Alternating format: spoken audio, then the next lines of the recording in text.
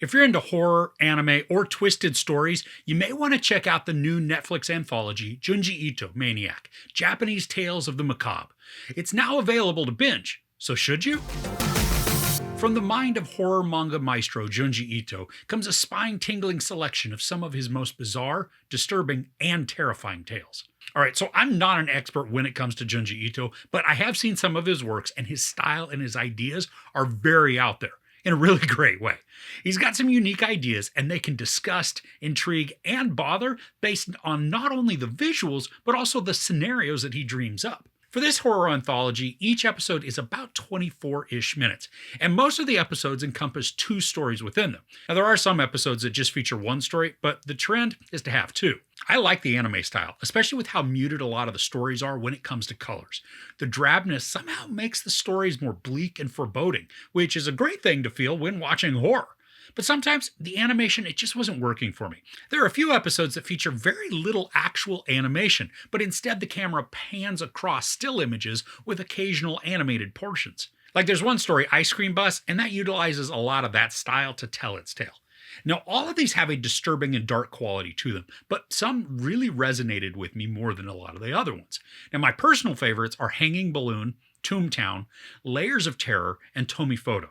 These all had a quality to them that was especially unnerving, and the creative darkness, it really impacted me and stuck with me. Now, this isn't to say that each of these that I really liked, that they were flawless, because most of the stories in the anthology, they have a drawback to them. And because a lot of them, they feel unresolved, like they either didn't stick the landing or they didn't have a landing at all.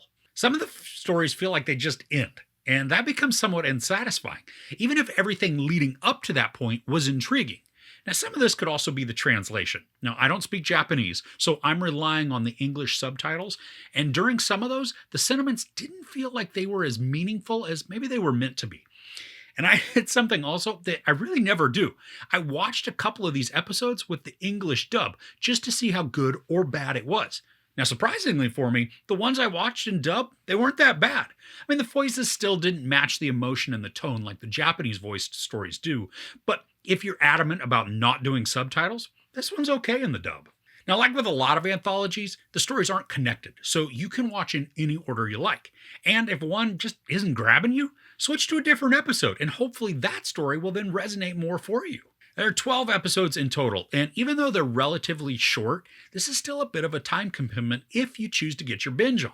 Now, I mentioned my favorite stories, but there are also a few that just weren't working for me at all story-wise. I mean, the animation was still captivating, even if it was just panning over stills, but some of the stories were either lacking or they just didn't click. Now, I liked The Bully, at least the way it started out, but then it descends into something very, very dark, and I just couldn't get behind it. And I know that's the point, to shock and disturb, which it did, but I still didn't enjoy the tale that was being told to me. Now, another one that just didn't work was The Thing That Drifted Ashore. It was lackluster, and it came across more as an idea to a story rather than a complete short. And I think the idea really does have something to it, but it needed more to round it out and make something that felt worthy of watching. Now, as is to be expected with such varied stories, the pacing's all over the place with this. I mean, some of the stories feel much longer than they actually are, and others feel like I blinked and they're done. And again, this is the beauty and the strength of an anthology like this. The episodes provide a lot of variation, which can make them all intriguing. So overall, Junji Ito Maniac, Japanese Tales of the Macabre is a creative entry in the anime horror anthology genre. The artistic stylings are wonderfully crafted, with animations and drawings that convey hopelessness, darkness, and despair. The stories themselves, while not always finishing strong, each contain elements that are designed to create morbid curiosity while causing emotional unease through graphic and gory representations. Pacing is varied, just like the tales, making for an uneven but still enjoyable watching experience. There's no sex, some nudity, some profanity, and then a ton of violence. I give Junji Ito Maniac, Japanese Tales of the Macabre 3.5 out of 5 couches.